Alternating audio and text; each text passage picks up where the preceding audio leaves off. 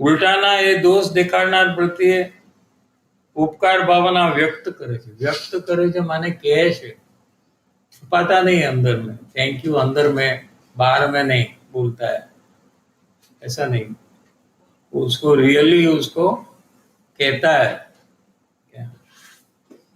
ये उपकारी છે કે જે વાત આપણને સમજાતી નહોતી, जो दोष अपन को पकड़ में नहीं आता था, क्या हमारे प्रयास करते हुए भी हमको पकड़ में नहीं आता था, क्या ये देखाड़ी ने बताया भी, वो उसने बताया कि देखो वो टाइम में आपने इससे बात जब करते थे ना तो आपका ये दोष हुआ था, तभी हमको पता नहीं लगा था कि ऐसा हमारा दोष हुआ था,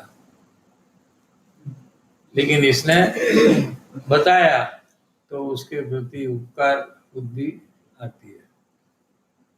एम दोष देखवामां, दोष अवलोकवामां सरलता पण उत्पन्न थाय छे। देखो सब गुण अभी जीव में कैसे प्रकट होते हैं, क्या ये प्रयास के कारण से पहला क्या प्रकट हुआ, मध्यस्थता हुई, न्यूट्रलिटी। कोई भी दोष करे वो गलत ही है, मैं करूं तो भी गलत है, आप करो तो भी गलत है, दोष तो दोष है, ये मध्यस्थता हुई। दूसरा पॉइंट सरलता, कोई बताए तो हमारे अंदर में सरलता है कि हम स्वीकारते हैं।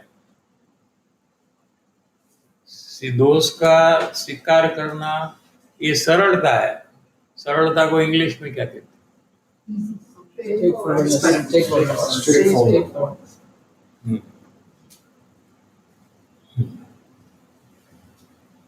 ये दूसरा पॉइंट, ये प्रयास करने से आप में मध्यस्थता प्रकट हो जाती है, आप में सरलता प्रकट हो जाती है,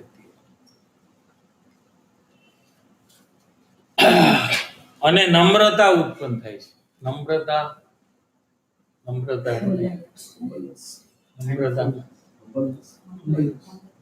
हाँ, हम्बलनेस, हम्बल,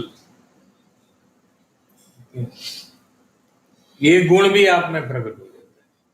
सरलता प्रकट होती है, मध्यस्थता प्रकट होती है, नम्रता प्रकट, ये सब गुण प्रकट होने से जीव आगे बढ़ता है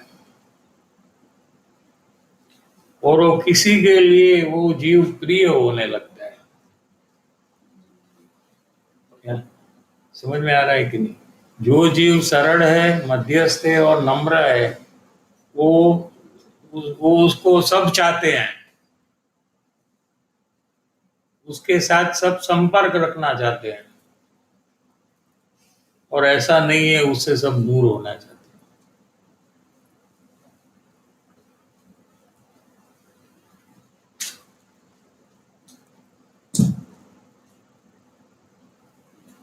और उपकार बुद्धि, फोर्थ, उपकार बुद्धि भी उसको होती है। अभी भाई श्री यहाँ मार्गदर्शन दे रहे हैं, ये 1995 का है प्रवचन, तभी से ये बात उन्होंने कही है कि सत्संग करवानी पद्धति आपणे त्यां एवी नथी थई, ये पद्धति शुरू थवी જોઈએ, ये चालू हो जाना चाहिए सत्संग में। ये भाई श्री ने वो टाइम में ही कहा है, क्या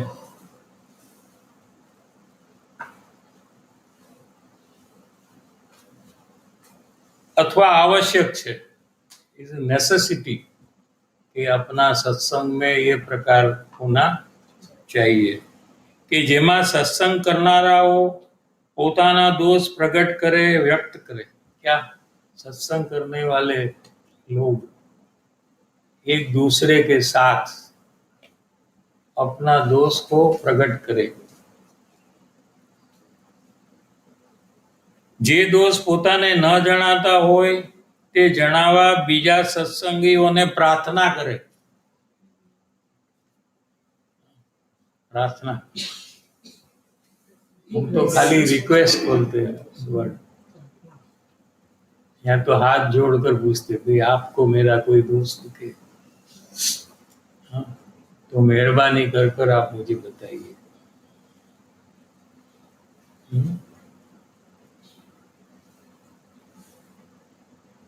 સત્સંગ કરનારાઓ પોતાના દોષ પ્રગટ કરે, વ્યક્ત કરે. જે દોષ પોતાને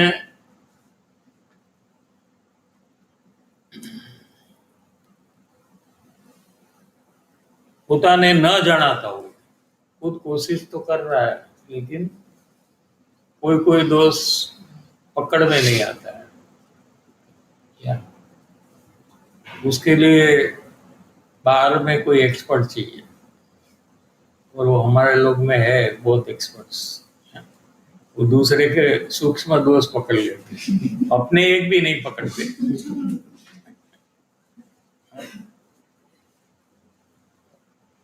બીજા સત્સંગીને પ્રાર્થના કરે કે મારા એવા પણ દોષ હોઈ શકે કે જે મારી નજરમાં નથી આવતા। मुझे पता नहीं लगता है, ऐसा भी कोई दोष तो रहेगा क्या, मेरी नजर के बाहर, मेरी पहुंच के बाहर। क्योंकि अभी मैंने शुरुआत की है, अभी मेरा लेवल इतना नहीं बढ़ा है क्या,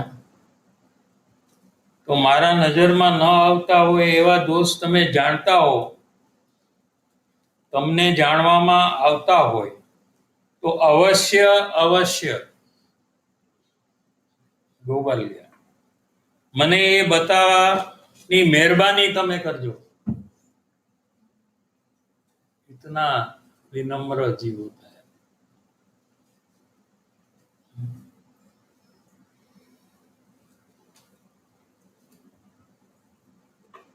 तो હું તમારો ઉપકાર ભૂલીશ નહીં। I will never forget what you have done for me.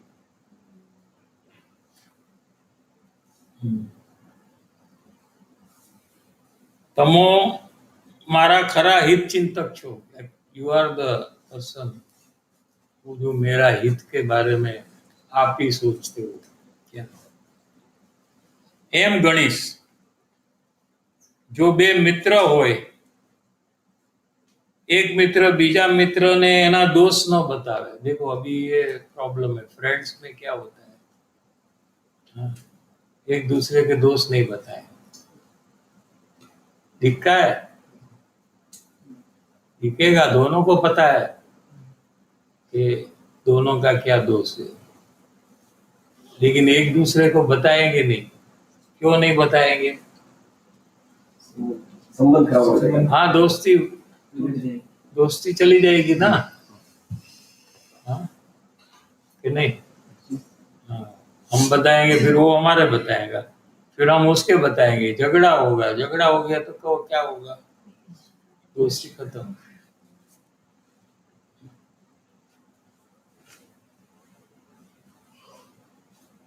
મિત્રના દોષ ન બતાવે, ન કહે એ ખરેખર મિત્ર નથી, દુશ્મન છે।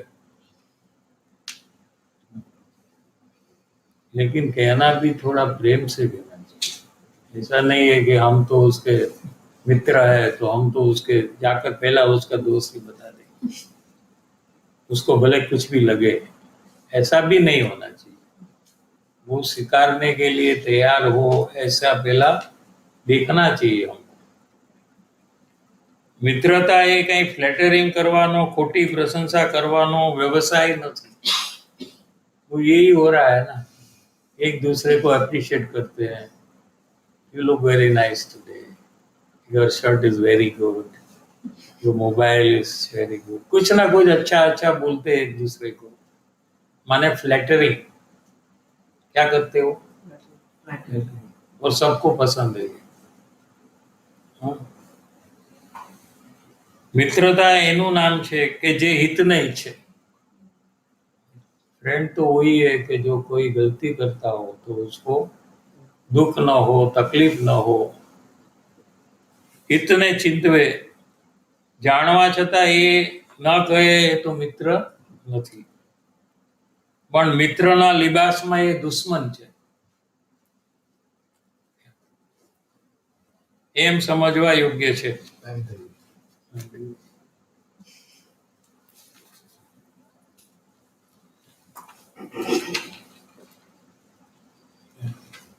12th. 12.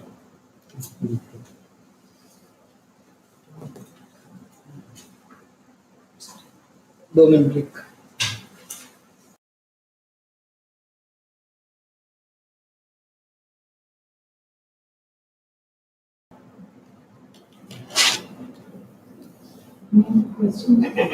स्मृति बैंक.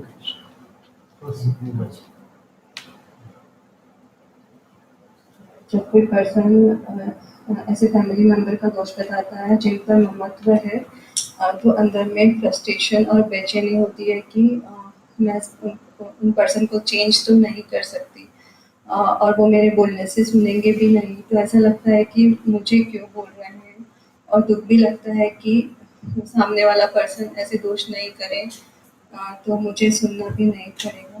इसमें कैसे करना चाहिए? Please help. क्या है प्रश्न?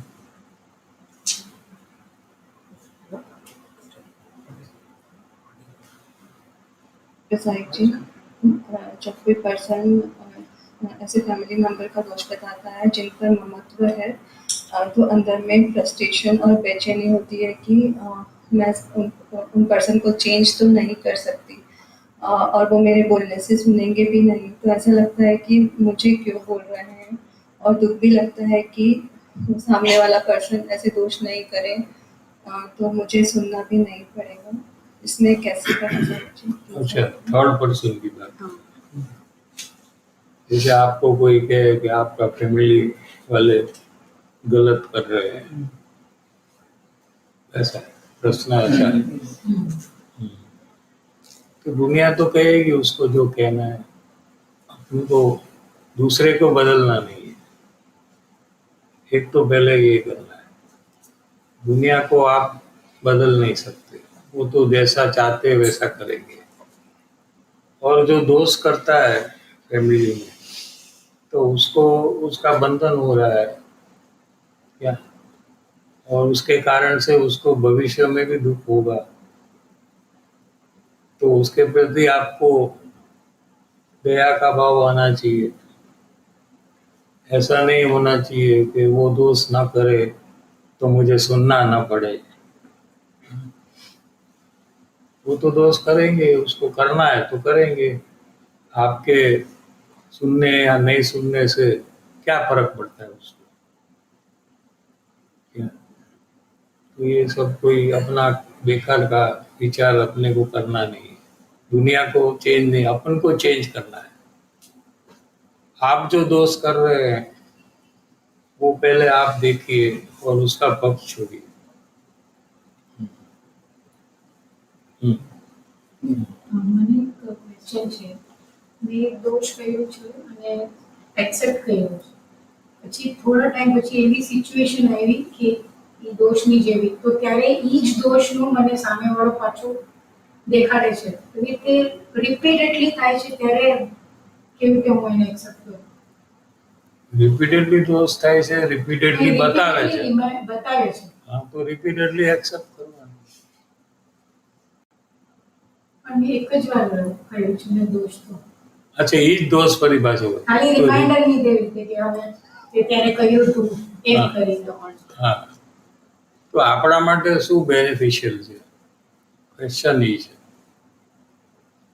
આપણે સેલ્ફિશ થવું પડે આમાં, કે આપણે જેટલી વાર એક્સેપ્ટ કરશું એટલી વાર આપણો ઈગો ડાઉન થવાનો છે.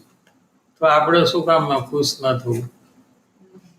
આપણી પાસે એક ફેસિલિટી થઈ ગઈ ઘરમાં કે એક દોષ બતાવવાનો ઘડી ઘડી કરે છે, તો એક જ દોષમાં કેટલો ઈગો ડાઉન થાય છે. ઓલા તો 100 દોષમાં કેટલો ઈગો ડાઉન થાય, એક દોષ 100 વાર બતાવે એમાં પણ એટલું ડાઉન થાય. તો આપણે આપણું રેસિસ્ટન્સ લેવલ જે છે એને ઇમ્પ્રૂવ કરવાનું, અને એના પ્રતિ આપણને જે દ્વેષ થાય છે એ ન થવું.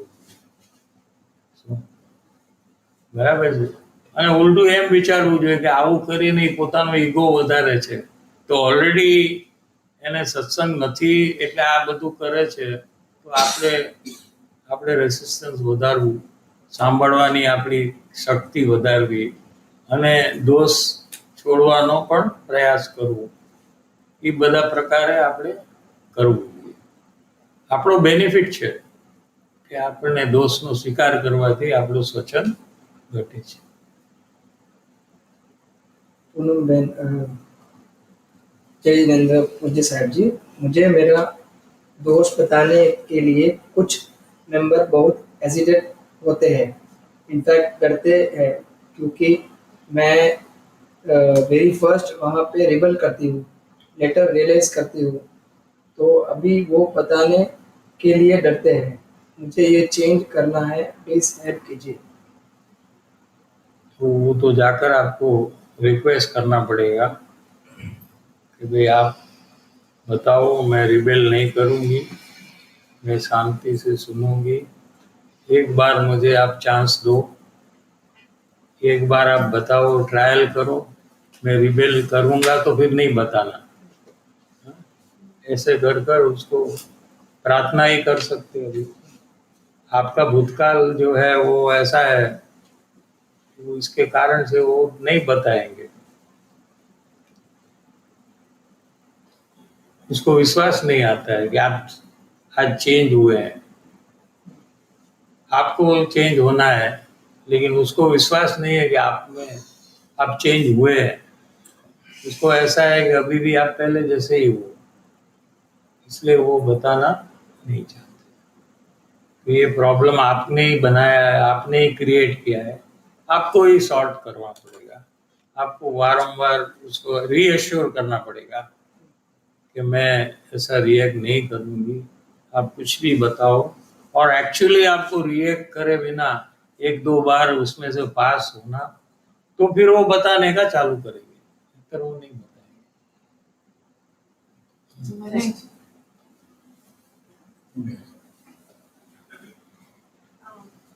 जी इससे पहले बताया कि फैमिली मेंबर्स में ज्यादा राग द्वेष होते हैं तो मैं ज्यादा दोष देखती हूँ, फैमिली मेंबर्स में ज्यादा दोष देखती हूँ करके पहले बात आई. अभी ऐसे बोले ना कि ममत्व के कारण मैं दोष छुपाती हूँ, तो उसमें थोड़ा डिफरेंस क्या है? पहले तो बताया ज्यादा दोष देखती हूँ फैमिली मेंबर्स में, अभी नहीं, आप सब में दोष देखते हैं, फैमिली मेंबर्स में दोष देखते नहीं. कोई भी जगह में, मैं तो क्या, कोई चीज में भी आप दोष देखते हैं. ये मोबाइल क्यों यहाँ है, ये मोबाइल यहाँ होना चाहिए. आपको सब चेंज करना है, सबको कोई दोष देकर उसको बदलना है, माने उसमें भी बदलने का ही तो भाव है ना. अभी ऐसे आया कि ममत्व के कारण मैं दोष छिपाती हूँ हाँ, अपने लोग तो कोई दोष करे तो आप उसको दोष रूप नहीं देखते हो, उसको इन कंपैरिजन विद अदर्स ऐसे देखते. हाँ है, कंपैरिजन विद अदर्स. अगर वही दोष कोई दूसरा आदमी करे जिसके साथ आपको ममत्व नहीं है, तो आपको वो दोष बड़ा लगता है. और वही दोष आपकी लड़की करे तो आपको वो दोष नहीं लगता है. बराबर है ना. इसमें एक मैंने सिर्फ चेक किया साहब जी की बोलने के लिए न्यूट्रल में बोल देते हैं. क्या? अगर बेटी कुछ गलती करे तो फ्रेंड के सामने, मतलब बेटी कुछ कंप्लेन करे कि इसने ऐसा किया, तो मैं उसको पूछती हूँ कि तूने कुछ किया होगा करके. बाहर में न्यूट्रलिटी जैसे करते हैं, लेकिन अंदर में ऐसा रहता है कि जो सामने वाला है उसको दोषी ना समझे, उसको गलत ना बोल दे करके अपनेपन में. कैसे वो समझेंगे आपकी बेटी जो गलती किया है उसमें मैं बाहर से न्यूट्रल हो जाती हूँ, वो आपका तो बराबर है, लेकिन अंदर में ऐसे पक्ष करती हूँ कि सामने वाला है उसको गलत ना समझे, मैं न्यूट्रल जैसे हूँ. आपके न्यूट्रल होने से वो आपकी बेटी में गलती न देखे कैसे होगा? वो कनेक्शन क्या है? आप न्यूट्रल हो और वो आदमी है, वो आपकी बेटी 3% है, टोटल 3% है ना. न्यूट्रल आप हो, बाहर से न्यूट्रल हो, लेकिन बाहर से या अंदर से, लेकिन एक पर्सन आप हो और एक आपकी लड़की है और एक थर्ड पर्सन है. आपके न्यूट्रल होने से वो जो थर्ड पर्सन है वो आपके लड़की को मिसअंडरस्टैंड न करे, वो कैसे होगा ये मैं पूछ रहा हूँ. नहीं, गलती तो किया है, बाहर से बोल देती हूँ गलत है करके, लेकिन और अंदर उसको में कैसे पसंद, उसको कैसे पता चले थर्ड पर्सन को? हम दोनों के बीच में प्रॉब्लम आप कह देते हो उसको नहीं, कि मेरी दोनों लड़की, की बेटी के इन बीच दोनों में के बीच प्रॉब्लम में है। प्रॉब्लम है हाँ। और उसमें ये सामने से अच्छा कोई नहीं ऐसा न्यूट्रल करती है, बट अंदर में समझती है कि ये बेटी को गलत ना समझे करके पक्ष लेती है। दोनों के बीच में प्रॉब्लम है। बेटी को गलत ना समझे वो तो अच्छा ही है ना, उसमें क्या पक्ष है? कोई किसी को गलत समझे वो तो ठीक नहीं है ना। नहीं, उसने दोष नहीं किया है ऐसे। नहीं दोस्त तो ભારતી એમ કે છે કે મેં એમ ન્યુટ્રલ બનીને એક્સેપ્ટ કરી નાખ્યું. ઓકે, क्या नाम दोस्त है? હા, પણ internally she is not accepted. So basically internally only she is not accepted. Externally she is saying that. हाँ तो वो कोई फायदा नहीं ना। हाँ, हाँ वही ममत्व का कारण से आपको हो रहा है, क्योंकि आपकी बेटी को गलत ना समझे हाँ। ऐसा जो ममत्व है उसके कारण से हो रहा है, और वो भी गलत बोध ले रही है क्या अंदर में, उसको भी कुछ ना कुछ गलत अंदर में जा रहा है आपके ऐसे व्यवहार से, तो उसको भी नुकसान हो रहा है। अभी क्या होगा वो तो बाद में बड़े होने से पता चल जाएगा कि बचपन से ऐसा अंदर में संस्कार पड़ते रहता है, क्योंकि उसको भी पता लग रहा है ना क्या हो रहा है, वो क्या कर रहा है, और आप सही करेंगे तो उसको भी सही संस्कार पड़ेंगे, अंदर से करेंगे तो उसको भी अंदर से संस्कार पड़ेगा, वो भी अंदर से करेगा फिर। क्योंकि आजकल तो सब पकड़ लेते हैं ना, छोटे लोग भी, सबको पता लग जाता है कि मम्मी कह रही है, ऊपर ऊपर से कह रही है, अंदर से तो इसको नहीं है, तो मुझे भी ऐसे ही करना चाहिए। ऐसे ये एज है वो सीखने का एज है, फास्ट सीखने का एज है ना, ये 8 से 18-20 तक है। वो टाइम में सब जीव सीखता है, फिर वो पूरी जिंदगी वही करता है, वो फिर वो चेंज नहीं होता है। क्योंकि अभी सीधा पकड़ लेते वो लोग, देखते हैं और पकड़ लेते हैं।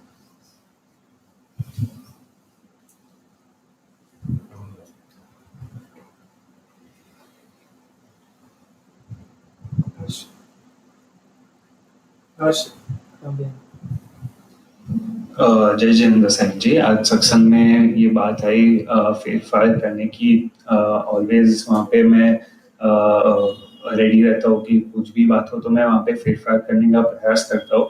तो यहाँ पे आपने बताया कि अगर पूछे तो ही बताना, वरना तो बिल्कुल भी नहीं बताना, और खुद को अंदर में चेंज करते रहना। तो यहाँ पे जो चेंज करने का जो बात आया, तो क्या वो मेरे बिलीफ में अंदर में जो मेरा तीव्र कर्तव्य है कि मेरे को जैसे चाहिए वैसा ही वो चेंजेस होना चाहिए, क्या वो बिलीफ पे वर्क करने का बात आया कि वहाँ पे जो आचरण में चेंज आया कि जो सामने वाले व्यक्ति को चाहिए वो चेंज करते रहना, ये चेंज में क्या आशय है वो ख्याल में नहीं आया। ओवर इतना बहुत सोचो मत, खाली क्या कहा उतना करने का, अपने को दूसरे को बदलना नहीं है, खुद को बदलना है, जितना ही करने का है। बाकी अपने आप सब गुण में क्या होगा वो अपने आप हो जाएगा। क्या समझ में आ रहा है? उतना अपन को ऊंडान में नहीं जाना है, वो ऊंडान में जाएंगे और चेंज करना जो है ये कार्य नहीं करेंगे, खाली एक समाधान समझ लेते हैं कि इससे ये गुण में इतना फर्क होता है, उसमें वो गुण में फर्क होता है। फिर जब प्रसंग आता है क्या, तो हम दूसरे को बदलने का छोड़ते नहीं है क्या, तो ज़्यादा अपन को प्रयास में आ जाना चाहिए। That is best. પહેલા સત્સંગમાં વાત આવી હતી કે when you try to change your self, that is when you stop doing પક્ષ ફોર અધર્સ, એટલે જેના ઉપર મમત્વ છે ત્યારે પ્રોબ્લેમ્સ અરાઇઝ થાય છે કે બિકોઝ ઓપોઝિટવાળો કોઈ ફેમિલી મેમ્બર હોય તો એ તો એક્સપેક્ટ કરશે ને કે હું એને સપોર્ટ કરું, બિકોઝ વોટ એલ્સ આ ફેમિલી મેમ્બર્સ ફોર. પણ આજે સત્સંગમાં એ વાત આવી કે પહેલા જે પક્ષ છે મમત્વ, એટલે જેના ઉપર મમત્વ છે એના પક્ષ છોડવાનું is easier than doing it for yourself. But problems હવે અરાઇઝ થાય છે, કોન્ફ્લિક્ટ્સ અરાઇઝ થાય છે, તો how is that easier? That's a good question. Only thing is, કોઈ જીવ જ્યારે માર્ગમાં એન્ટર કરવાનું સ્ટાર્ટિંગ કરે છે ને,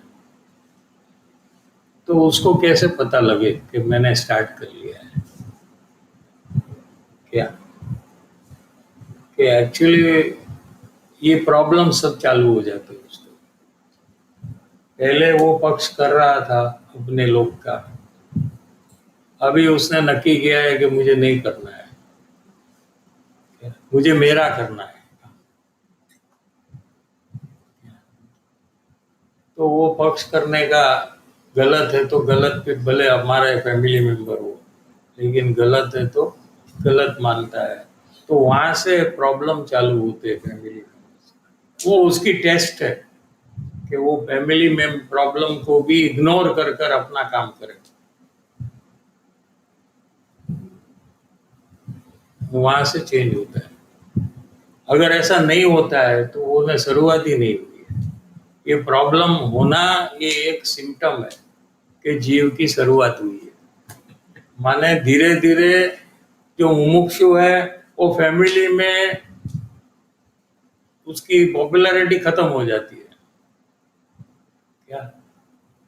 क्योंकि वो किसी को पक्ष कोई दोष करे तो सपोर्ट नहीं करेगा, वो उसको पक्ष नहीं करना है, और सामने वाला कहता है कि मैं तुम्हारे साथ हूं तो मैं तुम्हारा पक्ष करूंगा, तुम मेरा पक्ष करना। तो वो जो पार्टनरशिप है वो ये अभी तोड़ रहा है। अभी तक तो पार्टनरशिप अच्छी चलती थी,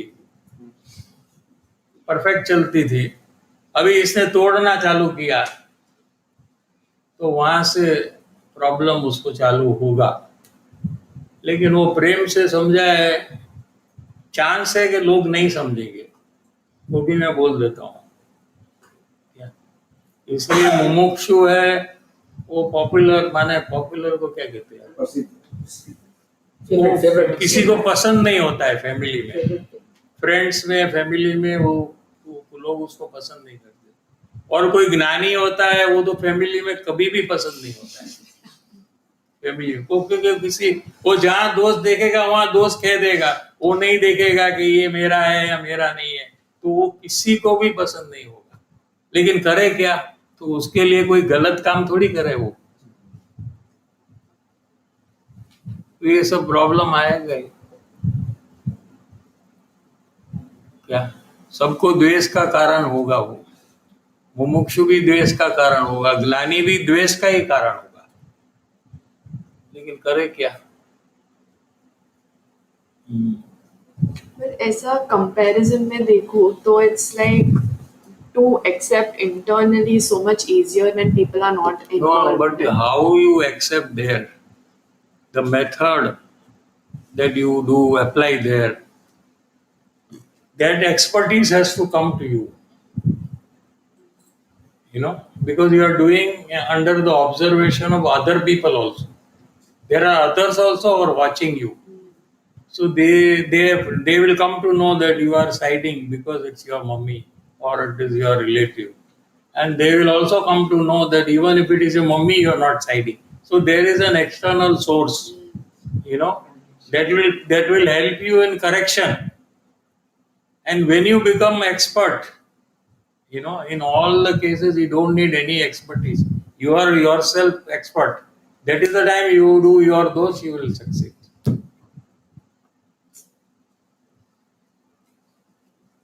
थोड़ा नया सब्जेक्ट है, आपको समझ में आना चाहिए थोड़ा कि दूसरे लोग है ना, तो आपको उसमें कोई मुमुक्षु भी रहता है अगर, तो वो भी आपको कह सकता है कि ये गलत है आपका।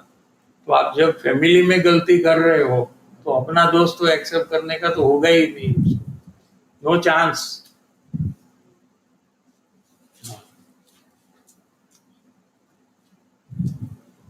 और ये पर्सन अलग है, भले वो माँ हो, बाप हो, बहन हो, भाई हो, लेकिन he is another person. Okay, for you he is another person. तो उसके प्रति आपको जो मोह है उससे ज्यादा मोह आपको आपके प्रति है। क्या लोग तो माँ बाप को भी छोड़ देते, पत्नी को भी तलाक दे देते ना, तो वो मोह का क्या हुआ? लेकिन अपने को कोई तलाक थोड़ी देता है, तो वो बलवान मोह है ना। तो ये यहाँ सक्सेस नहीं है, तो यहाँ तो उसको पक्षी करेगा वो, समझ रहे हैं? हाँ।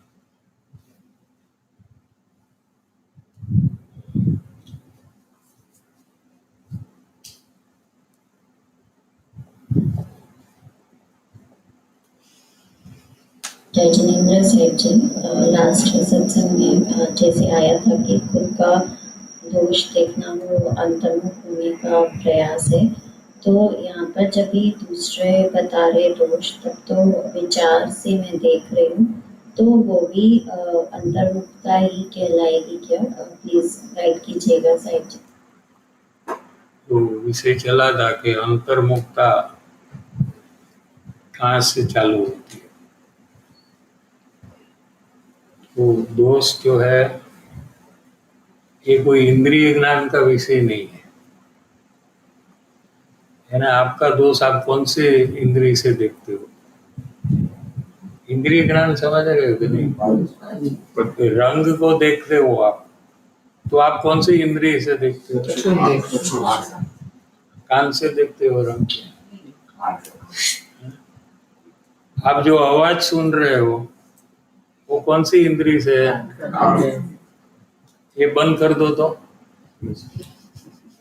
आँख खुली हो, हाँ, मुंह खुला रखो लेकिन ये इंद्रिय को बंद कर दिया तो सुनाई नहीं देता ना, बराबर है ना। कोई खट्टा है, मीठा है, तीखा है, वो चखने का काम जो है वो कौन सी इंद्रिय करती है? जीभ है। वो कान के पास मिर्ची रखो तो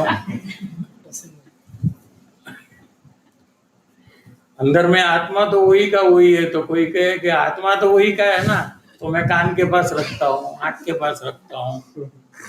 आप ही तो कह रहे हैं कि आत्मा ही रस को जानता है, तो फिर नहीं, ऐसा नहीं है, ठीक है ना। तो ये सब कार्य आपका इंद्रिय से हो रहा है, इंद्रिय का माध्यम से हो रहा है, ठीक है। आपको गुस्सा आ रहा है, कौन सी इंद्रिय से पता चलता है आपको? आंख से अंदर देखते कि आंख अंदर कौन सी इंद्रिय का काम है वो? नहीं, मन भी नहीं।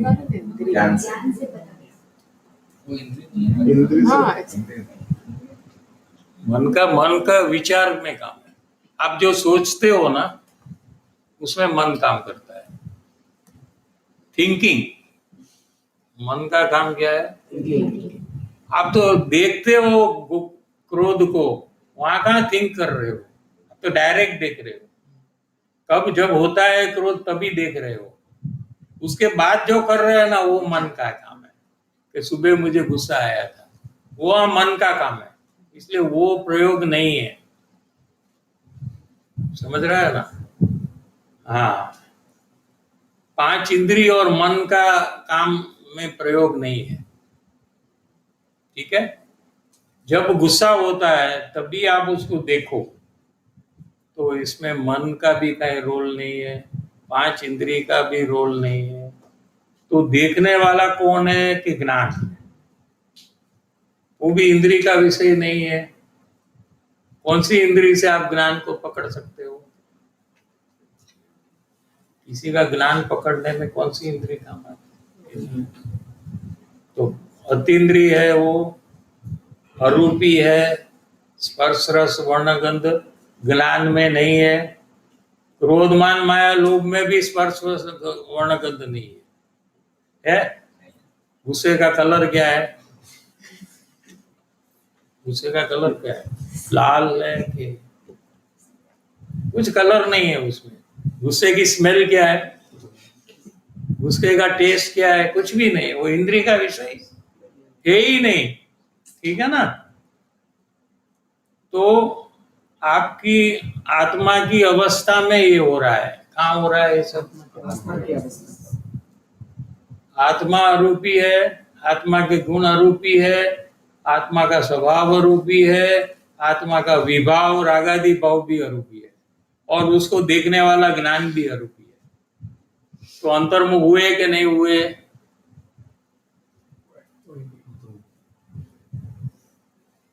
अंतर प्रयास चालू हुआ कि नहीं हुआ, इंद्रिय से सबको देखना ये बाहर मुक्ता है और अंदर में देखना वो अंतर्मुक्ता है। यानी कि आपने इंद्रिय ज्ञान का भी तिरस्कार कर लिया।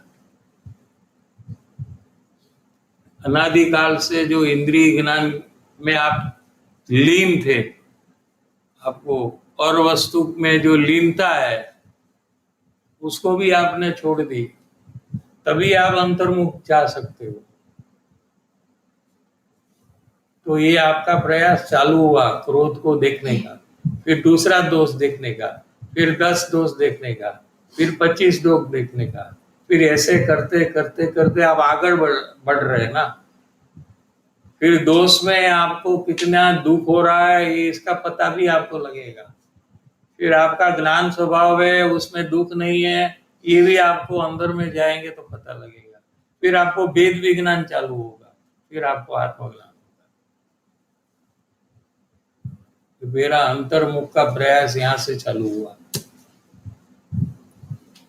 इसलिए लोगों को ये दोष का पक्ष छोड़ने का प्रयोग कठिन लगता है ना, क्योंकि इंद्रिय का विषय वो छोड़ना नहीं चाहते, एक सेकंड के लिए भी वो छोड़ना नहीं चाहते हैं। इसलिए तो प्रयोग में नहीं आते ना।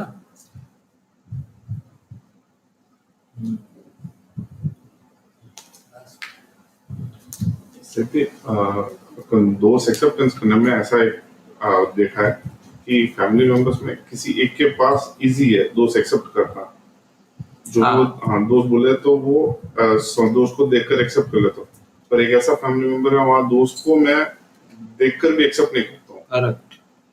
तो आपको खाली दोस्त को देखना, फैमिली मेंबर को नहीं देखना। ये प्रॉब्लम फैमिली मेंबर का देखने का हुआ ना। तो फैमिली मेंबर कौन कहता है वो अपन को नहीं देखना है, अपन को दोस्त क्या है वो ही देखना है। दोस्त कहने वाला अलग है और दोस्त अलग है। दो है कि नहीं, एक ही है? दो है। पक्का कि दो है कि एक है? दो। हाँ, दोस्त कहने वाला दोस्त नहीं है और दोस्त है वो दोस्त दिखाने वाला नहीं है। दो अलग है कि नहीं है? नहीं समझा सही। दोस्त और दोस्त बताने वाला, ये दो अलग है कि एक है? अलग है। अलग है। हाँ, तो आपको एक को देखने का है। किसको? दोस्त को। एक पॉइंट तो वो है। दूसरा पॉइंट ये है कि जहां आपको तकलीफ होती है ना, कठिनाई होती है, उसके साथ तो आपको दोस्ती कर लेनी चाहिए। अगर आपको जल्दी काम करना है, उसके बाजू में ही बैठ जाना। वो बताते रहेगा, आप एक्सेप्ट करते जाओ, बताते रहेगा। एकदम आपका प्रोग्रेस और आपको सीखने का होगा कि मैं कैसे इसको हैंडल करना, मैं डिस्टर्ब एकदम अंदर में नहीं होना।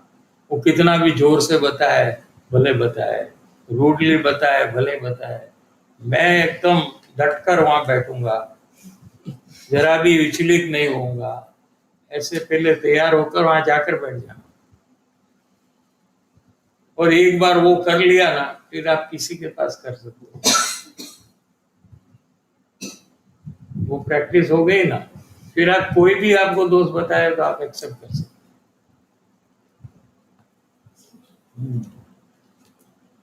आपकी एक्सपेक्टेशन क्या है कि ऐसा सॉफ्टली कहना चाहिए, धीरे से कहना चाहिए? हाँ, वो सब आपको एक्सपेक्टेशन है ना, इसलिए ये प्रॉब्लम। वो एक्सपेक्टेशन छोड़ दो, जिसको जैसा कहना है वैसे करेगा। मेरा काम तो एक्सेप्ट करने का है। परम पूज्य परम उपकारी श्री सद्गुरु देवनो जय हो। प्रसन्नमूर्ति पूज्य भगवती मातनो जय हो। पूज्य श्री कृपालु देवनो जय हो। पूज्य श्री शशि प्रभुनु जय हो। त्रिकालवर्ती पंच परमेष्ठी भगवंतों जय हो। सनातन दिगंबर जैन धर्म जय हो। तीन लोक तीन काल वर्तता सर्वे ज्ञानी धर्मात्माओं जय हो।